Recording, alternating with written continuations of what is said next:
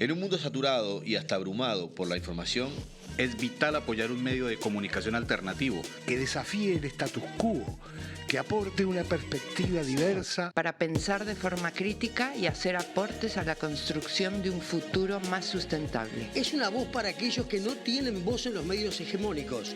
Es una plataforma para las ideas innovadoras y las voces disidentes.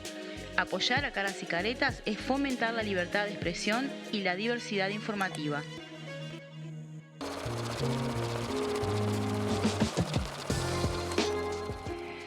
Buenas noches, estamos otra vez en Dato Mata Relato. ¿Cómo andas, Julieta? Excelente, estoy muy bien. Bueno, te tengo una novedad hoy. Ay. ¿Cuál? Vamos a hablar no solo de economía. ¿De qué vamos a hablar? Vamos a hablar de política un poco. Porque ¡Vamos! vos sabés que aunque no parezca, la economía y la política están bastante ligadas y muchas veces los economistas terminan hablando de política y los políticos de economía o se necesitan mutuamente. Pero hay temas en particular que están siempre en el medio. Así que hoy tenemos un invitado de lujo total, un académico de primera. Estamos con Bruno Casartelli. Hola, Bruno. Un gusto. ¿Cómo le va? Bueno, un desafío para nosotros, Sí. para mí, hablar con un politólogo y experto en un tema y que aparte está estudiando lo que tiene que ver con el tema de la democracia, los vínculos con la economía, pero en particular lo que tiene que ver con la distribución del ingreso. Así que muchas gracias. Queríamos dar un abordaje distinto, pero ante todo que te presentes un poco, que nos cuentes de lo que haces, de lo que estudiás. Bueno, creo que lo de experto me queda un poquito grande, pero No. sí creo que, interesado en el tema seguro y bueno, y tratando de un poco ver esta preocupación que muchas personas compartimos de ese cruce que hay entre como bien decías, la economía y la política y puntualmente lo que tiene que ver con democracia y desigualdad, ¿no? Que yo creo que el primer punto interesante, hablando un poco de la trayectoria histórica, es ver que no es casualidad el derrotero que ha tenido el propio concepto de democracia.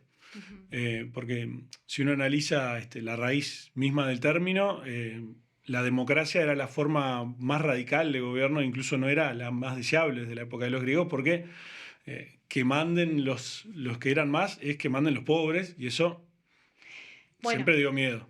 La democracia también en sus inicios era una democracia para unos pocos. Exacto. Y había no era para todo el mundo, era Exacto. para aquellos que podían tener la calidad de ciudadanos y ese era un grupo reducido, entre ellos que eran todos hombres, por ejemplo. Claro, sí, desde el propio Aristóteles, si bien después en la enseñanza escolar nos decían, bueno, los griegos tenían una democracia y la democracia era la buena y la demagogia era la mala, en realidad originalmente, si uno lee Aristóteles, lo que señala como democracia no era deseable porque era eso, el gobierno de los muchos, el gobierno de los más, el gobierno de los pobres. Y eso se mantuvo hasta el siglo XIX. La palabra democracia y demócrata era entre la élite política un insulto que era equiparable al de anarquista o sublevado. Artigas, por ejemplo, se suele citar que se le decía demócrata como para denostarlo, justamente por eso, porque era que manden los pobres, que manden los que son más, y eso no se sabe qué puede pasar ahí, es inestabilidad, nunca se ha visto, entre que es impracticable o qué horrible si pasa. Y eso, bueno, tiene un primer punto álgido si vamos a la política moderna con la Revolución Francesa, cuando justamente se ve, ¿no?, en el ala republicana de la izquierda un auge de la idea de igualdad, y con eso la democracia, ¿no?, renace como la idea de la horizontalidad y la igualdad en la política. Eso después es duramente combatido, ¿no? Se habla del reinado del terror en esa época de la Revolución Francesa, que fue, ¿no?, y hay textos muy interesantes del siglo XIX de cómo se va dando ese giro hacia, al mismo tiempo, hacer la democracia un concepto deseable, pero también lavarla muchísimo de su contenido original. O sea, cuando el liberalismo empieza a adueñarse el concepto de democracia, primero hablando de democracia liberal, democracia de partidos, democracia representativa, poniéndole algunos añadidos, es justamente evitando caer en la idea de democracia como la igualdad ante todo. en un principio, obviamente, descartado el sufragio universal. Por eso las constituciones de los estados del siglo XIX, incluso de las nuevas repúblicas, como la uruguaya, como los países de Sudamérica, obviamente optan por el sufragio censitario. Y aún así, ahí todavía no se hablaba de democracia. Se empieza a hablar bien de la democracia recién, casi entrado el siglo XX, cuando, lavado por medio, se empieza a hablar de el sufragio universal, pero con las garantías, la separación de poderes que, si bien estaba originalmente dentro de las ideas, de las nuevas ideas del siglo XVIII, se establece más bien como una forma de moderar esa horizontalidad, esa participación de la plebe masivamente. En el caso uruguayo hay un debate puntual muy interesante, que es el del herrerismo originalmente, los primeros textos fuertes de Luis Alberto Herrera, uno que es buenísimo, que se llama La Revolución Francesa y Sudamérica, que, si no recuerdo mal, es de 1911. Bueno, ahí hay un alegato fuertísimo que es contra el sufragio universal y contra los excesos de la Revolución Francesa, del republicanismo, del igualitarismo. Habla de que en el altar de la igualdad, en el delirio de la igualdad, se sacrificaba las buenas y sagradas, las sagradas y deseables diferencias de clase. Eso es el liberalismo conservador. Si rastreamos un poquito las nuevas derechas, la raíz ideológica de las nuevas derechas de hoy, hay una enorme coincidencia, ¿no? Me adelanté un poquito, perdón. Pero... Sí, no, pero un poco a eso queríamos llegar. Entonces, un poco la idea que teníamos era decir, bueno, tenemos que estudiar un poco a ver qué pasa en la política. Estamos en un mundo muy convulsionado y con fenómenos muy nuevos y muy raros, ¿no? Pero tenemos que estudiar un poco qué pasa en la política, en el mundo, para entender las realidades económicas, ¿no? Tenemos temas económicos y muchas veces de ahí podrían surgir cuáles son las medidas de política, pero también hay una realidad económica que es producto de determinadas realidades políticas que se dan y tenemos un ida y vuelta. Entonces, desde ahí un poco queríamos conversar y bueno, ¿cuál es la relevancia de la economía desde la política? Un poco. Y yo creo que yo lo puedo ver desde esa óptica. Ahí vemos cómo hay una disputa muy fuerte en torno a los conceptos de libertad e igualdad, que tiene que ver con esa estructuración a partir de la pugna interna que hubo tras la caída de la monarquía, la Revolución Francesa, y estábamos supuestamente todos de acuerdo en que la cosa era libertad, igualdad y fraternidad, pero no era tan así. Porque obviamente hay concepciones muy distintas ahí.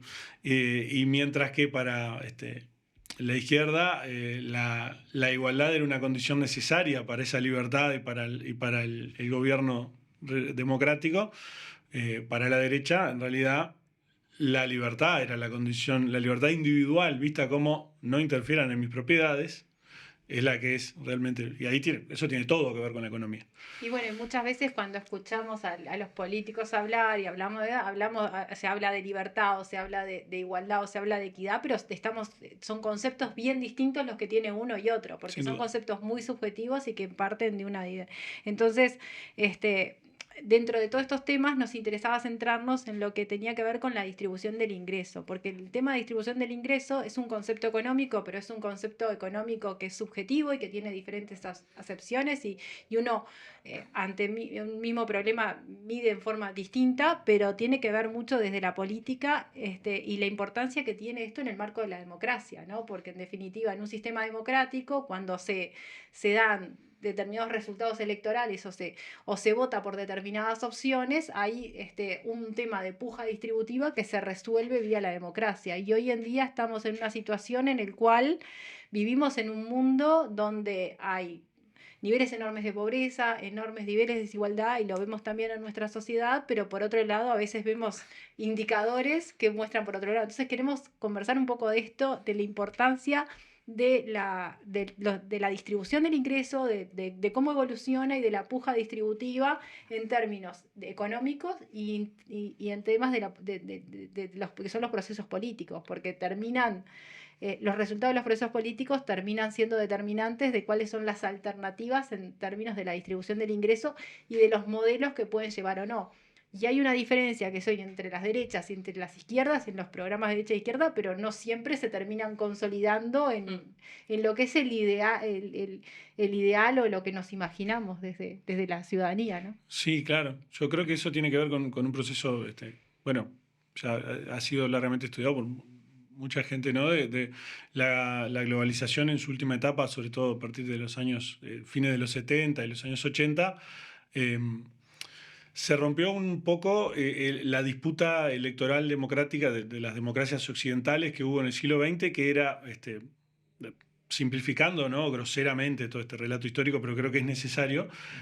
Bueno, cuando se acepta de determinada manera por las élites económicas que el sufragio universal es posible, en el medio se acepta porque en el fondo creían que obviamente no iba a llevar a una redistribución tan radical de la riqueza. Y tuvieron razón.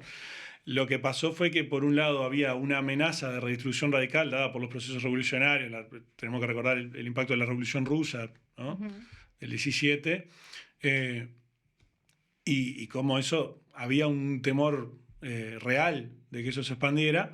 Y eso lleva un poco a las élites a... Esto es una explicación, ¿no? Por supuesto que hay alternativas, pero yo creo que eso fue lo que lleva a las élites a decir, bueno, abre un poquito la canilla.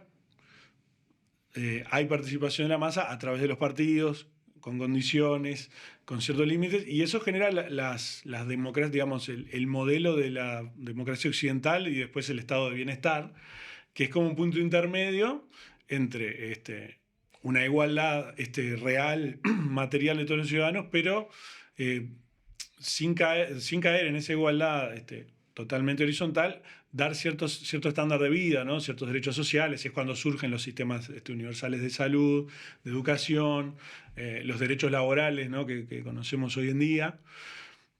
Y eso entra un poco en crisis sobre finales de siglo. Las mismas democracias que eran modelo en eso,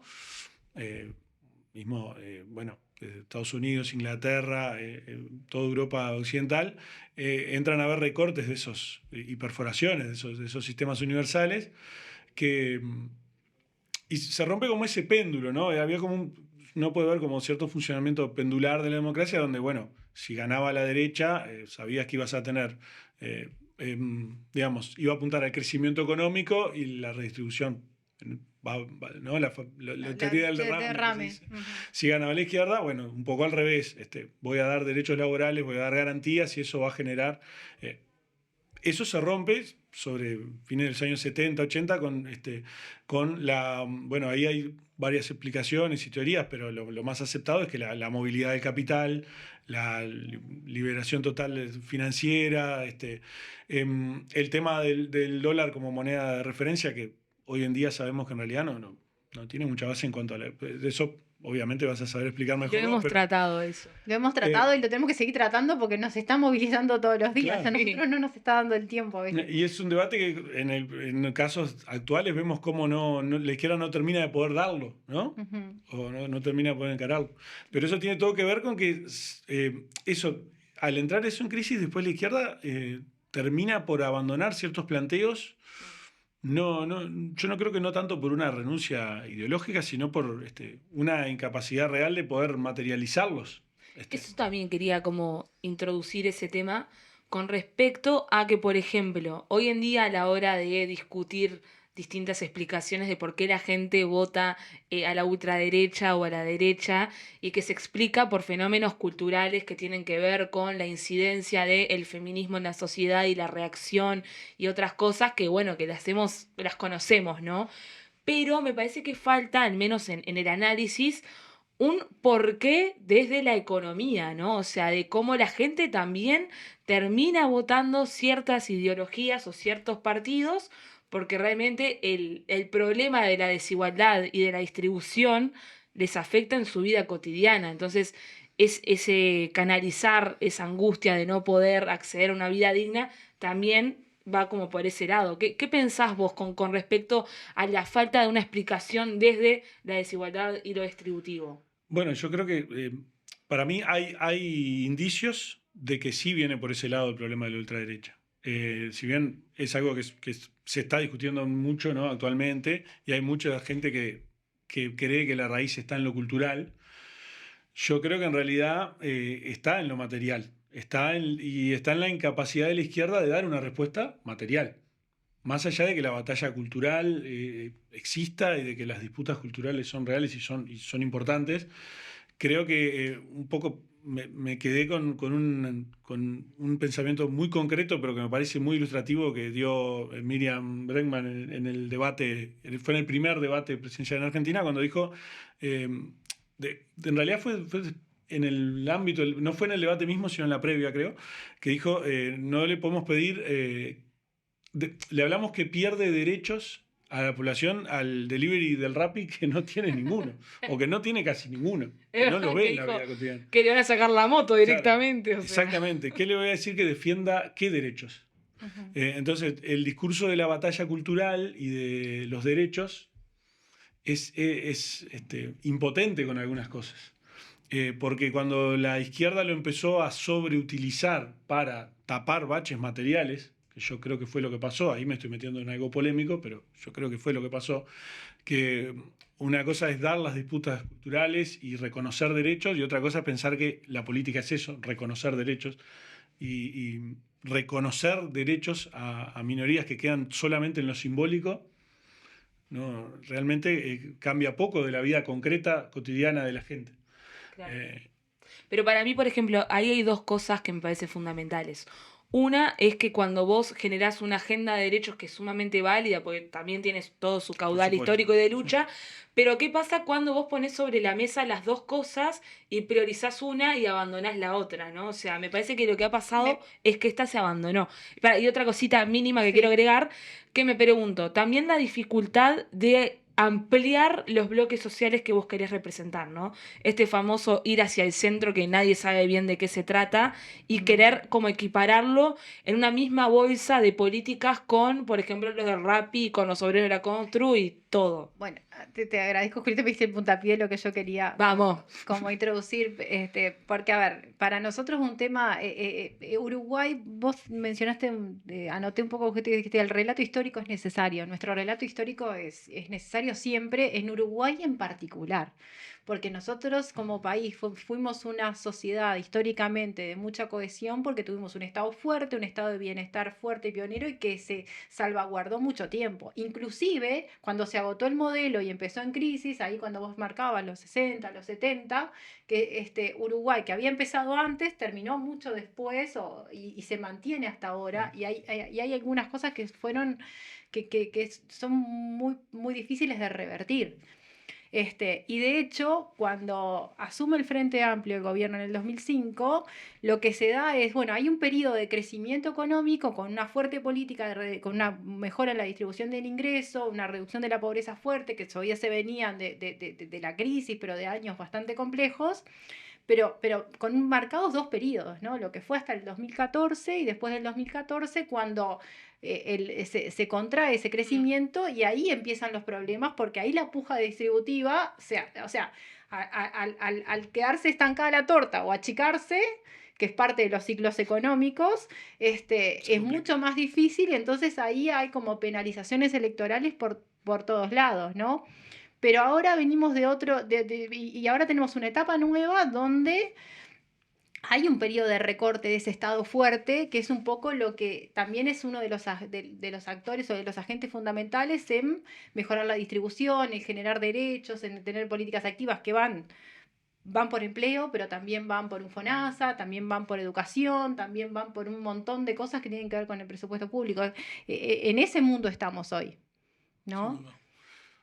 Sí, yo lo veo de esa manera porque además creo que es gran parte de la explicación de la derrota electoral, en el caso nuestro del Frente Amplio, se puede ver por el tema de como una coalición distributiva, ¿no? Como la crisis de esa coalición distributiva que lograba crecimiento y reparto, ¿no?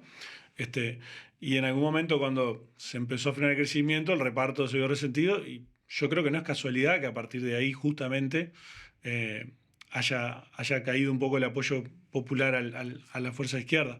Creo que igual el Frente Amplio es un ejemplo muy bueno de éxito en el primer periodo, ¿no? ¿Y qué pensás vos que ahí hubo? O una dificultad, o sea, más allá del ciclo económico, que es parte de lo que ocurre y sí. sucede, y bueno, tenés que saber manejar ese ciclo económico con más, peor éxito, y poder manejar también las pujas de poder que se dan en el entorno, porque uno no gobierna solo, ni gobierna solo ni para su electorado, ni para su agenda, ni para algunos grupos, sino que tiene que manejarse en un país con determinada matriz productiva, con determinada conformación socioeconómica, pero a su vez hubo un agotamiento del crecimiento producto de un contexto internacional que para Uruguay le pesa y le pesa mucho. Pero a su vez también una falta de creatividad en renovar esas políticas de redistribución y poder generar una nueva agenda, parte de un agotamiento natural en lo que es un periodo electoral. Sí, también ahí están, como vos bien decías, las condicionantes internacionales que para un país ¿no? Que siempre es como la excusa nuestra, pero es real, de que el tamaño, ¿no? del mercado interno que no es significativo. Fue la gran crítica que se le hizo en su momento al modelo ballista que el Frente Amplio un poco retomó. Que vos podés intentar desarrollar la economía, bueno, bien o mal tenés que hacer algún tipo de subsidio a determinado sector que vos consideres estratégico, pero el modelo de industrialización, que fue como el eje ballista de todo lo demás, un poco el talón de Aquiles fue ese, justamente. Estaba el modelo EASY, que era para un mercado interno que nunca fue lo suficientemente fuerte como para darle sustentabilidad real, y apenas se caía un subsidio, se caía una industria. Y el Frente Amplio creo que no hizo lo mismo, pero tampoco logró romper del todo, creo, esa dependencia y terminar dependiendo de los mismos sectores no tan intensivos en el mano de obra, ¿no? El agro, y los sectores agroexportadores, que terminan siendo siempre como la élite intocable también, ¿no? Porque yo recuerdo que una de las discusiones quizá más fuertes en cuanto a términos distributivos de los gobiernos del Frente Amplio fue cuando se quiso poner la contribución rural, no sé si recuerdan. Sí. Parecía que se le estaba haciendo una reforma agraria, parecía que se estaba poniendo un impuesto que iba a hacer temblar el país. No se pudo, con eso no se pudo, y creo que eso marca cómo no pudimos romper un poco con el modelo de país que traemos de hace. ¿Ese modelo de país es el mismo o es otro? Cuando hablamos de la élite esa agroexportadora, porque en realidad, existe, o sea, si uno revisa un poco lo que es hoy la conformación del mundo agroexportador, primero que nada, no es igual. No es igual. No, hay un agregado valor enorme, hay una diversificación, hay una identificación. Yo me acuerdo cuando iba a facultad, yo soy bastante mayor que vos, estudiábamos el diagnóstico agropecuario y bueno, más o menos estábamos en el mismo nivel que hacía 20 años. Y el proceso económico del Uruguay estaba súper actual. Ahora es un libro de historia. El campo uruguayo es otra cosa, sí. Y hay mucha más diversidad. Pero a su vez, si yo me paro 5 años atrás, ha cambiado muchísimo, enormemente el sector agropecuario en toda su conformación. Y no solamente existe una clase que es distinta, existe una clase de arrendatarios rurales, existe una clase de productor medio que sustenta, pero hoy también existen capitales transnacionales que no solo manejan tierra, sino que a su vez manejan agroindustrias enteras. Claro. Entonces, esa élite que es como la tradicional que nos imaginamos, el hacendado rural que tiene grandes extensiones y vive en Carrasco, también puede ser una clase en vías de extinción. No, estoy de acuerdo, no, claro. Está muy buena la aclaración que haces, sin duda. No es que sea lo mismo, no es... Ni hablar, cambió muchísimo la tecnificación, lo que vos decís. A lo que me refería es la dependencia del país de ese sector. Por nuestra matriz. Exacto, la famosa discusión de toda la vida de las ventajas comparativas y hasta dónde tenemos que dedicarnos a eso, en definitiva, o no.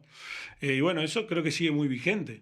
Y la izquierda no lo terminó de procesar mucho eso. Te diría más, yo creo que el sector agroexportador nacional tampoco lo ha terminado de procesar, porque está conviviendo con algún fenómeno mucho más fuerte que también de alguna forma lo empieza a desplazar, y que tiene intereses muy distintos a los intereses nacionales, o sea que el fenómeno es mucho más complejo.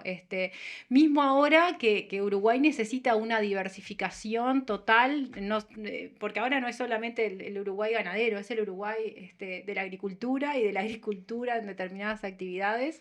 Que es... Ay, acá tengo a Julieta levantando la mano. Permiso, profesora, docente. Yo me quise hacer la estudiosa y traje un libro que después se los recomiendo. No se quiso hacer, es estudiosa. Lo que pasa es que es alegre, entonces disimula. Bueno, es un libro que les cuento, se llama El segundo kirchnerismo, es de Ulises Bocia y tiene un prólogo de Juan Grabois, lo pueden conseguir en Buenos Aires o bueno, si se portan bien, podemos llegar a generar un sorteo. Con mis apuntes tiene el libro, pero bueno. Pero primero me lo ibas a prestar, porque yo obvio, se lo voy a prestar a María Noel, pero bueno, en una parte empieza a hablar del famoso caso de la 125 en Argentina. Pero mira que me pareció interesante, que me parece que esto aplica también a Uruguay, que en un momento empiezan a explicar este cambio justamente que mencionaba María Noel, de el bloque agroexportador y etcétera. Y quisiera citarles una partecita nada más, porque me parece que lo escribe muy bien, ¿no? Bueno, habla sobre un espacio rural más ampliado, ¿no? Entonces, la separación entre los dueños de la tierra y las empresas de producción agropecuaria. Se genera en este último una desverticalización de las actividades a través de la red de contratistas, proveedores y financistas. A partir de que ser del campo equivale a tener intereses del negocio del campo. Por ello se produce una localización difusa de sus participantes y se incrementan los vínculos con el resto de la actividad económica. Me pareció interesante esto de la desverticalización, de vertical skies del campo. No toques temas escabrosos. Todo tiene que ver con todo. Todo está relacionado. No, pero es un poco eso, ¿no? El sistema financiero metiéndose y que ya no son los dueños del campo con el No, a ver, peón. es un fenómeno cuando hablamos del private equity, cuando estamos hablando todo este tema bueno, la discusión que se da ahora con el tema Minerva, también y el tema de los frigoríficos. Bueno, hay una realidad de lo que es la propiedad de la tierra, que es muy distinta a después de la agroindustria, de la fijación de precios, o si es determinante o no la fijación de precios con estos procesos de mayor concentración, que ni siquiera ante la mayor... Hay un trabajito que justo estuve leyendo en la revista de Iña sobre el tema de la determinación de precios de la parte de la carne a niveles que en el corto plazo, aunque exista, lo que demostraban es que en el corto plazo, aunque exista la mayor concentración, pueden manejar en el corto plazo, pero no en el largo plazo, porque además existen muchos acuerdos. Y bueno, una de las cosas que se daba, que el otro día leía la entrevista que hicieron a Gassi en Caras y Caretas, que con muy buena precisión hablaba sobre el tema de cómo se genera esa apropiación de la expertise que tiene Uruguay. Que no se da solo en la ganadería, se da en otros sectores, por ejemplo, cuando existen capitales transnacionales que están en la industria arrocera, por ejemplo, y entonces en realidad si uno ve, Uruguay era el líder de producción con una brecha de mucha distancia a lo que es Brasil, y hoy existen capitales brasileros que están en Uruguay y esa brecha también, y en paralelo mejora y se acorta. Entonces, pero somos las mismas empresas que están de un lado y del otro, y eso es un proceso que a nivel de productores, en sectores a veces donde existen productores chicos y donde forman parte de toda esa cadena, bueno, sí, termina afectando a la producción, a los productores, a los arrendatarios, a los propietarios, a los capitales nacionales, y que cambia totalmente esas posibilidades del hacer política distinta y de pensar desde las vías impositivas. O sea, tenemos que ir mucho más allá de una agenda de ver los impuestos a la redistribución del ingreso, los impuestos a la herencia, que son algo que se marca siempre como un debe que quedó y como mucho más que eso. Pero que no solo poner impuestos se agota en algún momento. Pero aparte, o sea, es necesario pensar otro modelo. Por lo menos los impuestos tradicionales, ¿no? Claro. Hoy hablábamos del tema de las nuevas formas laborales que existen y que generan un montón de informalidad cuando tenemos un sistema de protección social, que es lo que nos ha dado una fuente de igualdad y que hoy termina siendo que no cubre otras realidades que son el mercado laboral. Lo hemos conversado pila con Julieta cuando hablamos del tema de la última reforma, que no solamente fue del sistema IBS, sino que además no contempla las nuevas realidades del mercado laboral que no son del futuro del trabajo, son de ahora nomás, y que existen, y que sí, tenemos un sistema de seguridad social que es bastante amplio, súper sólido, pero que no está pensado para formas de empleo que hoy coexisten en todos los niveles, mismo en los más capacitados, otras formas, y que... Yo quiero decir algo ahora que vos decís eso, para hacerte una pregunta, ¿no? Porque, por ejemplo, ¿qué pasa cuando el mercado sí da respuestas a ciertas problemáticas y el Estado y la política no, por ejemplo? Porque si ponemos... ¿A qué te referís, por ejemplo? Por ejemplo, pedido ya. ¿No es una respuesta del mercado absolutamente diseñada para la gente a la cual accede ese tipo de trabajo? Vos decís desde el punto de vista de empleo. Bueno, Exacto. ahí se O de da la como distribución y la desigualdad también, ¿no? O sea, prima más una política desde el mercado más que desde el Estado. Y también, y también responde a un servicio, porque es una venta de un servicio que es parte de la vida moderna. De la demanda actual, claro. Y de la demanda actual y en todo, ¿no? Porque aparte empezó con las comidas y ahora se existe en cualquier cosa, todo. ¿no? Se compran regalos para el cumpleaños. Bueno, el otro día estaba escuchando una periodista argentina que una persona le pidió plata, ¿viste? O sea, como te piden, y dijo, no tengo efectivo. Y el tipo le dice, pero yo tengo Mercado Pago. O sea, a eso voy. Sí. Creo que tocaron varios temas, pero que están muy relacionados. Porque tiramos así. No, mirá que nosotros acá hablamos, vos dale. ¿no? Parece que el problema, justamente, parte de la dificultad que tienen las izquierdas para contrarrestar estos fenómenos de nuevas derechas, es la complejidad del problema de raíz, que es cuando hablamos de los pequeños productores, por ejemplo, la izquierda tenía como una respuesta, por lo menos en el caso nuestro, ¿no? De la izquierda local, que era la alianza policlasista de clase trabajadora con pequeños propietarios, pequeños comerciantes, y eso hoy, justamente por esta dinámica de la que estaba hablando María Noel, de que ha trastocado absolutamente la forma de producción y quiénes son los actores realmente dominantes, está totalmente perimido. O sea, ha quedado realmente totalmente partida esa alianza natural que se podría dar. Por algo es la derecha la que sigue tratando de embanderar a esos sectores de medianos productores, porque la izquierda, bien o mal, por más que hizo intentos, evidentemente no lo logró. Y por eso también, ¿dónde pegan las nuevas derechas con el discurso? Que en realidad la izquierda no defiende a los trabajadores, no defiende a los que menos tienen, no defiende a los pequeños productores, sino que, como dice Milei, está la casta, que es la que vive de... Y la casta esa que no se sabe lo que es, No se sabe lo que es, pero funciona el discurso. Y funciona porque lo que no está funcionando es el discurso alternativo que antes teníamos desde la izquierda, que era, hay un pueblo.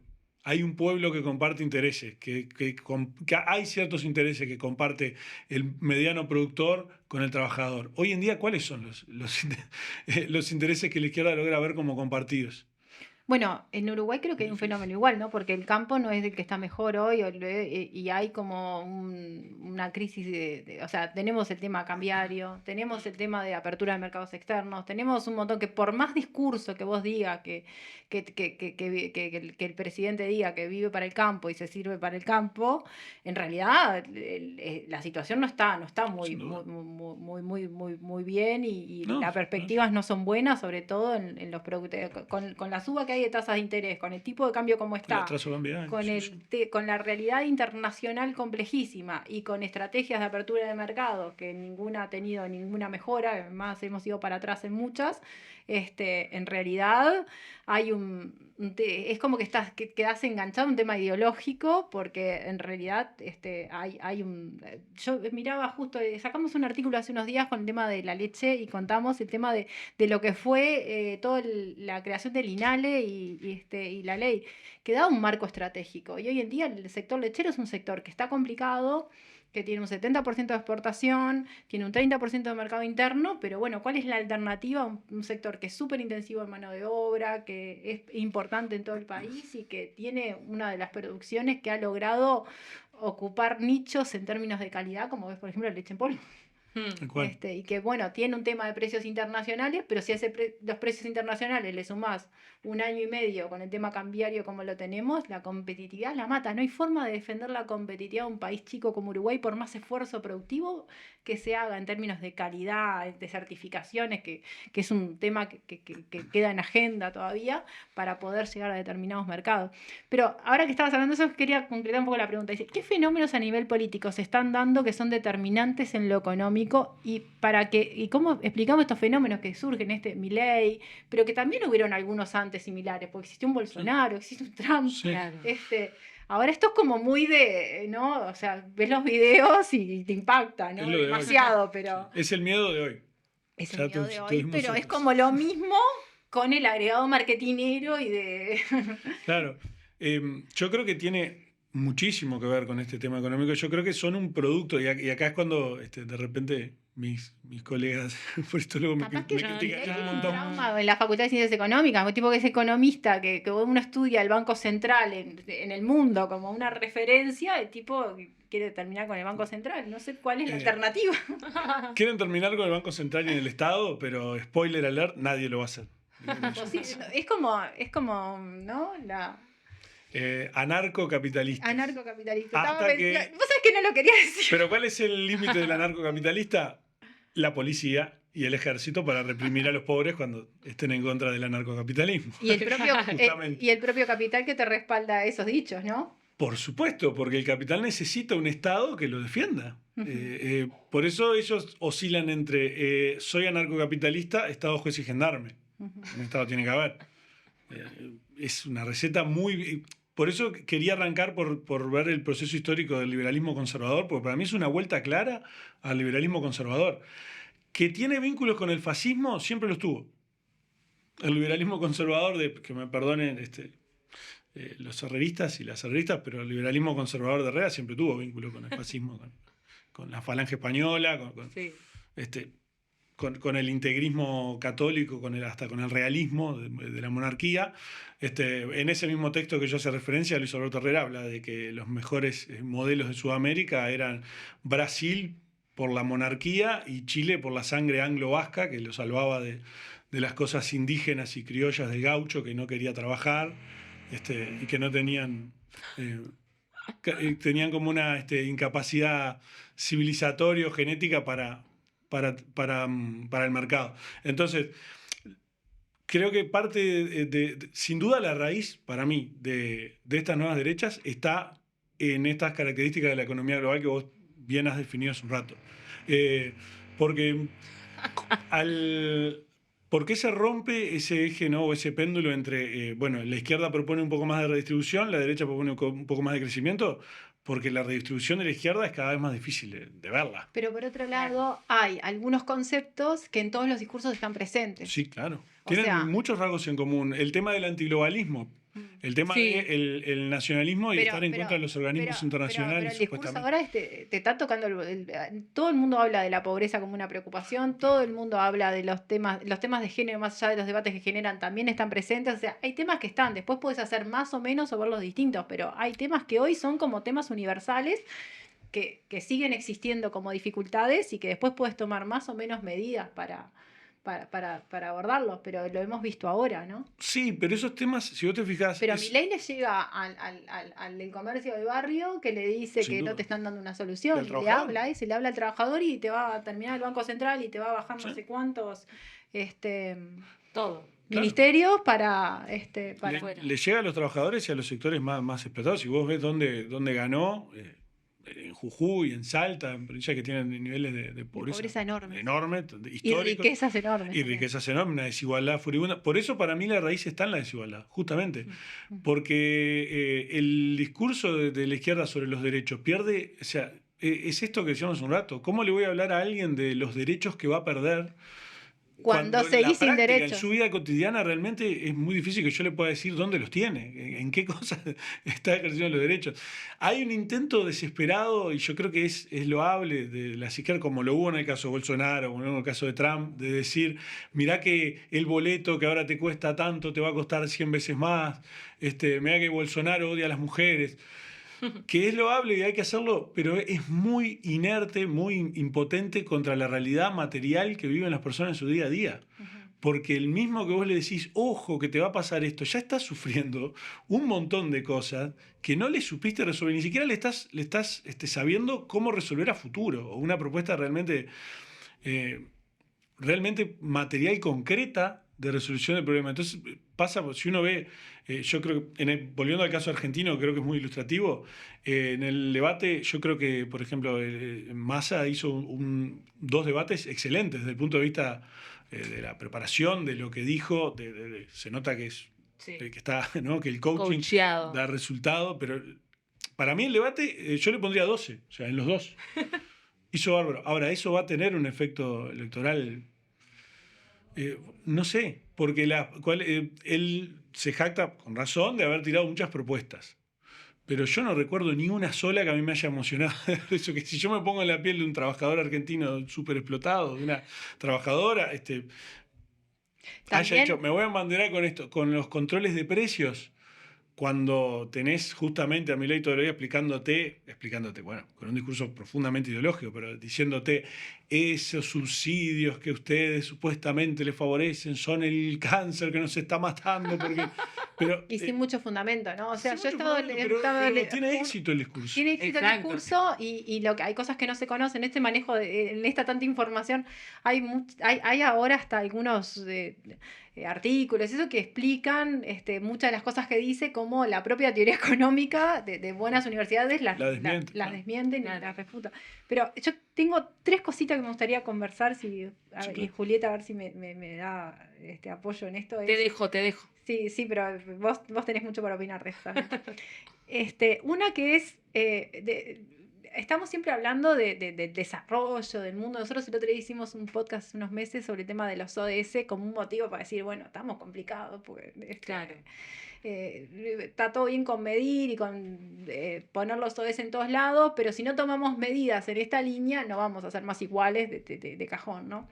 Pero siempre estamos hablando de que vivimos en un mundo con mejores niveles de igualdad, y en realidad estamos en un mundo cada vez más desigual. Es cierto que también hay temas relativos y que tenemos más consumo, pero tenemos un mundo mucho más complicado. Y hoy, justo antes de empezar, estábamos hablando justo de esto, de lo que son los indicadores generales y qué es lo que mueve, y después lo que pasa cuando empezamos a desagregar.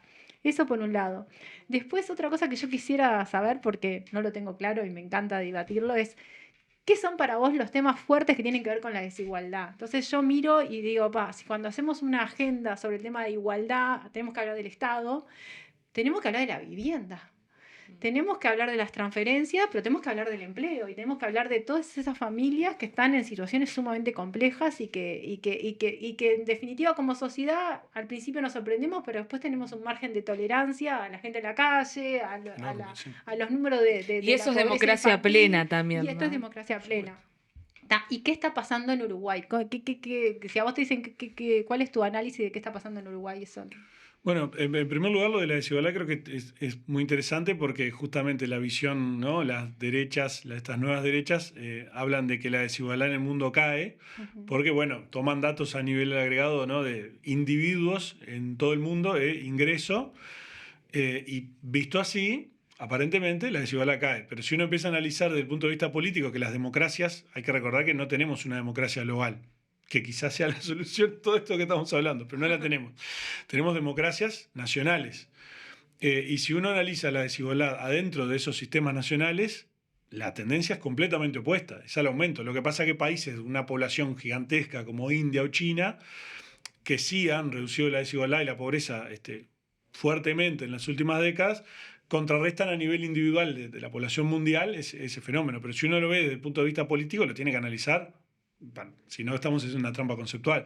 Para verlo desde el punto de vista político-democrático, yo creo que corresponde analizarlo en los sistemas democráticos que funcionan como tales hacia interno, porque no hay una democracia global donde voten todos los chinos a la par de los votos nuestros, que nos iría bastante, seríamos bastante irrelevantes, dicho sea de paso.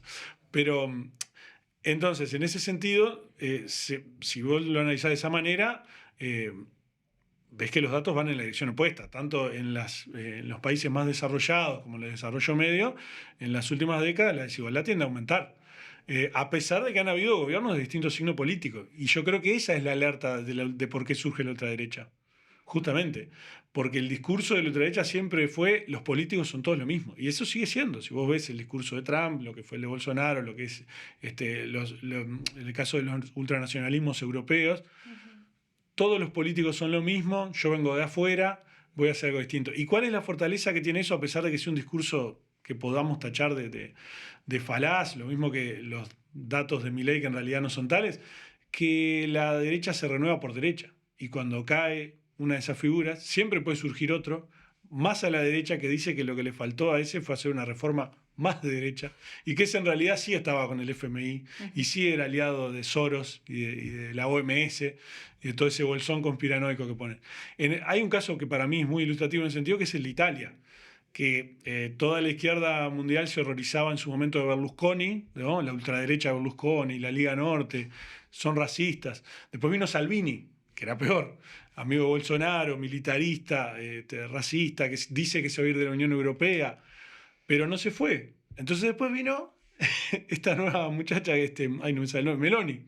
Y ahora el susto es Meloni, que nuevamente dice que se va a ir de la Unión Europea, que va a expulsar a todos los inmigrantes, que va a hacer unas cosas, reivindica cosas de Mussolini.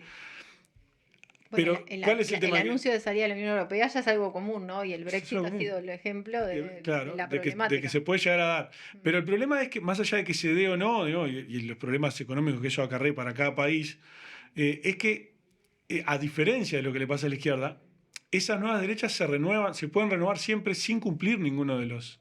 Porque el discurso mantiene cierta coherencia. Porque el discurso, si el día de mañana... no sé lo que va a pasar. Yo creo que Milei, por ejemplo, en Argentina conserva grandes chances de ganar. Y gana. Yo creo que hay muy pocas personas en su sano juicio que crean que va a aplicar las reformas, por lo menos las reformas más radicales que anunció. Y tiene grandes chances de fracasar estrepitosamente. ¿Eso implica que ese fenómeno de las ultraderechas va a terminar ahí? Yo creo que lamentablemente no. Porque siempre va a poder surgir otra figura que diga, no, en realidad, al final Javier no pudo, era un blando. Era un blando, no pudo hacer... ¿Qué es lo que él dice del macrismo? Es el discurso exacto que él habla. Cada vez que le preguntan por Macri, dice, no, bueno, Macri era un buen tipo y tenía buenas ideas, pero no pudo. Bueno, es exactamente lo mismo. Como si fuera una acción de uno, ¿no? Y además, demasiado simplista, ¿no? Es una trampa, pero que funciona. Por lo menos discursivamente, o funciona por lo menos mientras del otro lado no podamos desarticularla. Y yo creo que para desarticularla hay que rearmar una coalición redistributiva, como en otro momento funcionó. Para mí, por ejemplo, en todo lo que es el discurso de Milei, un ejemplo bien claro de poder reanalizar es que hay que volver para atrás a lo que fue la convertibilidad del plan Conve. Bueno, también reivindica a Caballo cuando le dicen, pero eso terminó mal. Le dicen, bueno, no, pero ¿por qué no lo dejaron? Para los argentinos debería ser mala palabra, porque en realidad, el proceso que se tiene que dar para que exista la dolarización que plantea, bueno, no hay mucha vuelta, ¿no? Dolorosísimo. Fue dolorosísimo y más o menos uno puede hacer un paralelismo total y se da textual, hay que volver para atrás. Y yendo a algo peor, la dictadura y Beis Villegas, Martínez de Oz, en el caso de Argentina, él no lo reivindica, pero porque dice que era gradualista. O sea, nuevamente, era muy blando. Ese sí que es el discurso vacío, ¿no? Le faltó ser más radical en su una ajuste que fue el más feroz de la historia. Y reventó todo. Y si hay algo que no le puede decir es que era hincha del Estado, Martínez de Oz, ¿no? Pero le dice gradualista. Si eso es gradualismo. A lo que más allá de denunciar esto, ¿no? De decir, bueno, este tipo está cometiendo una mentira brutal. Que creo que hay gente que lo hace y lo hace bien, ¿no? Como cuando nuevamente Bregman le dice, en realidad sos un gatito mimoso del poder, porque tu discurso no es nada nuevo, tu discurso estuvo en 1890, en 1970, y eso hay que hacerlo, pero no alcanza, porque me parece que mientras no vayamos a la solución material, concreta de los problemas de la gente y las soluciones concretas, nuestros discursos hablen de la desigualdad, pero las soluciones concretas sean, bueno, la política está focalizada del BID que le dio vivienda a 10.000 personas, y no importa si son 10.000 o son 20.000, cuando vos rompés la idea del universalismo, y yo ahí comparto con la gente que insiste mucho en las políticas universales y en volver al universalismo, por el efecto político que eso tiene. Sí, claro. Porque para mí no hay otro remedio mayor para estas ultraderechas. ¿Por qué? Porque vos podés hacer una política excelente, que más allá de por quién esté financiada, pero que recurrentemente por algo está financiada por los mismos organismos internacionales que estos tipos apuntan, le llegue excelentemente a 20.000, 30.000 o 100.000 personas, no le llega a todos. Y al no llegarle a todos, la potencia del discurso político que fundamenta eso, se corre muchísimo. Entonces es preferible para mí el efecto político de una política universal, como hablábamos de los sistemas de bienestar, que por algo son el blanco principal de estas nuevas derechas, por el efecto político que eso puede tener, para volver a pensar en eso, en un horizonte de igualdad. Sí. ¿No? Que es lo que... ¿Y cómo es el Uruguay hoy? Y creo que nos está pasando como generalmente le pasa en Uruguay, lento, y de a poquito está llegando a lo mismo. que en estos otros países. O sea, acá no tenemos un Milei, pero tuvimos, me parece a mí, una versión un tanto particular y diluida de esas mismas nuevas derechas que fue Cabildo Abierto. Creo que la izquierda todavía, no toda por lo menos, no asumió el dato histórico de que un partido con un lema nuevo, con 6 meses de campaña, saque 12% de los votos. Eso para el sistema de partidos uruguayos es histórico y muy fuerte. Si vos ves la evolución de los partidos, siempre fue, ¿no?, creciendo muy, muy de a poco. Cuando se formó el Frente Amplio tuvo una votación alta, pero porque fue con ramas de los partidos tradicionales, en un momento histórico brutal, pero además fue una coalición que traía ya previamente el tema del Fidel y la UP. Venía habiendo una acumulación de izquierda de muy largo aliento para llegar a eso. En este caso, estamos hablando de un partido comandado por un excomandante de las Fuerzas Armadas que en 6 meses logra el 12% de los votos. ¿Con qué discurso? Con muchos puntos en común con estas nuevas derechas, con el nacionalismo como eje, hablando de que la izquierda es izquierda caviar, izquierda Soros, porque en realidad es la izquierda que va a restaurantes y no le habla realmente al pueblo, ¿no? La entrevista aquella de Bernini Ríos donde dice yo en realidad tengo una sensibilidad social muy importante y me duele la pobreza, volvemos a lo mismo, me duele sí la pobreza de verdad, no como a la izquierda Soros. Yo creo que es evidente los rasgos en común que tienen con estas otras nuevas derechas que son populares y por algo son populares. Entonces creo que la raíz del problema es el mismo. Nos está llegando, como Uruguay tiene esa tradición muy fuerte de un estatismo y hasta a nivel cultural que sigue siendo muy fuerte, todavía no nos llegó la peor cara. Pero creo que tenemos que poner las barbas en ¿Qué pasa con este fenómeno que se está dando ahora de desarme por dentro de algunos de los servicios públicos, como que terminan siendo fallidos para buscar la alternativa? Lo vemos en el tema del agua, lo vemos en un montón de ejemplos que estamos en el medio, pero también cuando tenemos otros desafíos desde las empresas públicas, de las políticas públicas, cuando nos vamos al tema de las energías renovables o de las energías limpias y tenemos los nuevos modelos, de traer hidrógeno verde, que no es solamente tener una inversión en hidrógeno verde, tiene que ver con la forma de cómo se asocia, cuál es el agua, en qué lugar, cuál es el impacto ambiental y cómo va a ser la asociación con esa inversión que generalmente es extranjera en Uruguay, ¿no? Porque tenemos mucho de esto, porque acá hay mucho anuncio, pero eso tiene que ver mucho con ese modelo desde la regulación, ¿no? Claro. Y yo creo que ahí viene la explicación de por qué estas nuevas derechas se comen al electorado de la derecha tradicional. Uh-huh. Cuando la derecha tradicional empieza a dejar esos flancos liberados, sobre todo el nacionalismo. Acá en Uruguay la principal fuerza de la coalición de gobierno es un partido nacional que, sin embargo, es disputado en el terreno del nacionalismo, porque si hay algo que tiene el discurso de Cabildo Abierto es el nacionalismo. Y volver a hablar de la soberanía, por eso mismo ese antiglobalismo que comparte con estas otras nuevas derechas, para mí tiene todo que ver con esto que tú estás diciendo. Estamos vendiendo nuestra soberanía. Después que ahí en la práctica hayan respuestas concretas a eso de parte de las nuevas derechas, ya es otra cosa, yo no las veo. No veo propuestas, por ejemplo, en este caso de Cabildo, que vayan a solucionar, a nacionalizar la tierra. ¿O sería la solución? No sé si sería la solución, pero digo, tiré un ejemplo. Sí, no, digo como alternativa. Pero sí me parece que es parte de ese mismo problema que estas nuevas derechas se explotan con éxito. Después, no sé si será, como hablaba recién, no sé si esa misma, si esas nuevas derechas con el mismo discurso podrán volver a salir con las mismas caras o con el mismo lema. Pero yo lo que sí estoy convencido es que van a seguir estando mientras para solucionar esos problemas no haya propuestas claras de izquierda y derecha. Porque acá estamos hablando, por ejemplo, en el tema del hidrógeno verde, no empezó, este gobierno lo está, en el caso del agua sí fue claramente este gobierno con lo del plan Neptuno. Puse ejemplos como algunos, pero a mí me llama la atención porque leo publicado en página de presidencia, estrategia hidrógeno verde, y ves que hay una descripción de todo el proceso de energías renovables. Y después tenés anuncios de grandes inversiones que en realidad está bárbaro, depende cómo se dé esa inversión, porque, a ver, primero que en el tema de hidrógeno verde no es solo nacional, No, es ni un hablar. tema regional, porque tiene que ver con, después, ¿es una oportunidad para América Latina? Sí, ¿lo es para Uruguay? Sí, lo es para América Latina también, lo es para igual, vamos a competir con Argentina, vamos a compartir con Brasil. ¿De qué forma América Latina, los europeos están viendo tremenda oportunidad de inversión y de conseguir energías baratas porque están con toda la crisis energética en el medio? Entonces, bueno, depende cómo vengan esos capitales, cómo se invierta, cuánto se usa para el uso de fertilizantes o la producción. Entonces, es un tema demasiado complejo como para solamente anunciar una inversión. Saben que Leonel me estaba avisando que estamos pisando la hora ya. Así No puedo que creer. se nos fue volando esto. Demasiado. Y Bueno, nos que sí. fuimos mucho de tema porque, digamos, Hidrógeno verde mirá, terminamos. terminamos. Pero bueno, tiene que ver mucho con la Sí. soberanía y eso.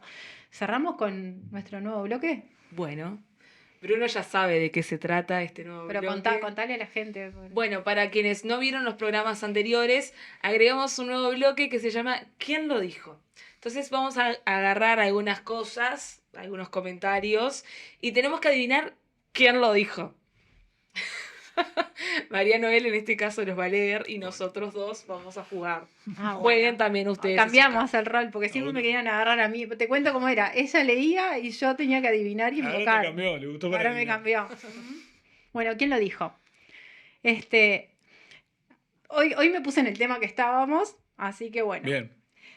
La clasificación de los países en categorías de ingresos ha evolucionado significativamente desde fines de los 80. En 1987, el 30% de los países informantes fue clasificado como de ingreso bajo, mientras que en el 2022 solo el 12% cayó en esta categoría. O sea que, según esto, vivimos en un mundo mucho más Mucho igual, Mucho más bastante igual. más, ¿no? Sí. Yo creo que debe haber sido algún organismo internacional financiero. No sé si el FMI o. Bueno, esto se llama dato mata relato, ¿viste? Entonces tiene que decir, bueno, cuando es del dato, mata el relato, pero sobre todo analizar bien los datos y quiere decir. Y era un concepto que estuvimos analizando por acá. Sí, es del Banco Mundial. Ah, el Banco Mundial. Es el informe del Banco Mundial que salió ahora y que habla un poco de los niveles de desigualdad. De lo bien que estamos, ¿no? Divino. De lo qué bien que divino. estamos, pero cuando empezamos a profundizar, vos mismo lo explicaste hoy, por eso queríamos sacarlo un poco Yo de pensé que era la OTAN. Bueno, Tenemos otra frase. A ver. Vamos. El crecimiento económico por sí solo no mejora la distribución del ingreso. Incluso puede profundizar las desigualdades. Esta es más para Bruno que para vos, Julieta, me parece. Porque es uno de los que Bruno analiza y nosotros- analiza y sí. analiza. Dale, Bruno. Sí, ese. Es tuya. Toda tuya, puede ser Bruno. Piketty, ¿no? O Atkinson es otro que habla de mucho de eso. Sí, es Piketty. Sí. Capaz que podemos contar un poco para quien no sé que Piketty es uno de los economistas más de mayor referencia, pero que ha analizado mucho el tema de la distribución y la evolución de la distribución del ingreso y que bueno, es uno de los...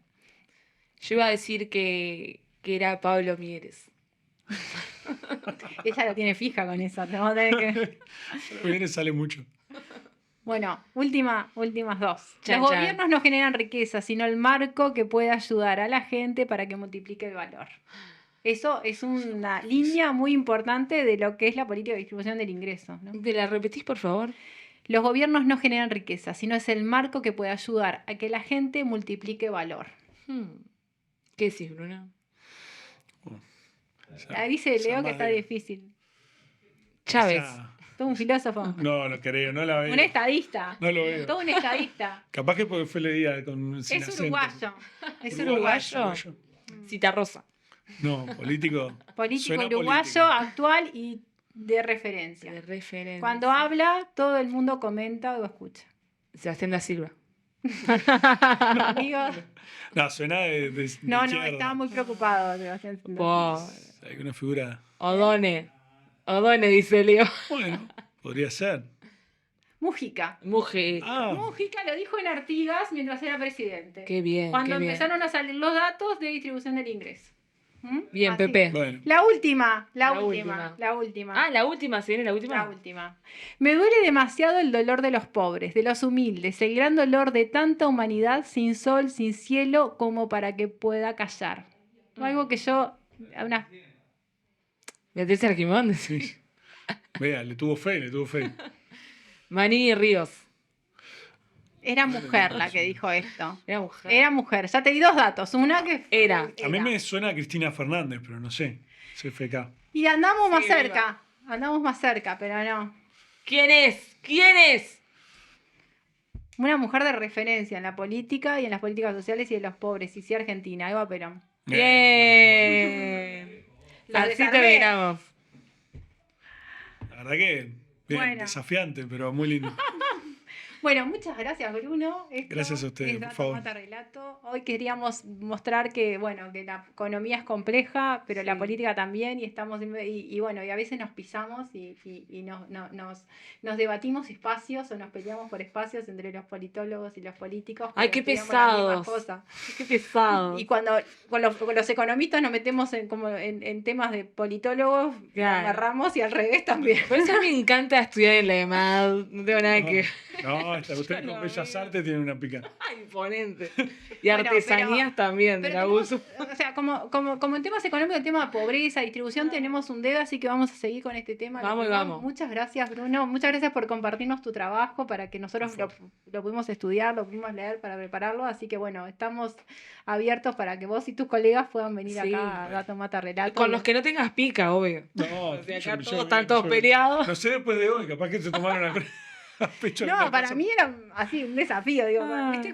Cuando uno a veces como economista, más de los números, se siente un poco rudimentario cuando habla con un politólogo. Vamos a ser No, sinceros, por favor. Pero bueno, Muchas muchas gracias. Y ustedes podés por la volver cuando invitación. quieras. Nos vemos el próximo lunes.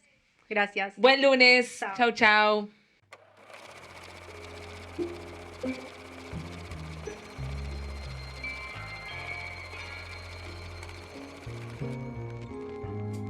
En un mundo saturado y hasta abrumado por la información, Es vital apoyar un medio de comunicación alternativo. Que desafíe el status quo, que aporte una perspectiva diversa. Para pensar de forma crítica y hacer aportes a la construcción de un futuro más sustentable. Es una voz para aquellos que no tienen voz en los medios hegemónicos. Es una plataforma para las ideas innovadoras y las voces disidentes. Apoyar a Caras y Caretas es fomentar la libertad de expresión y la diversidad informativa.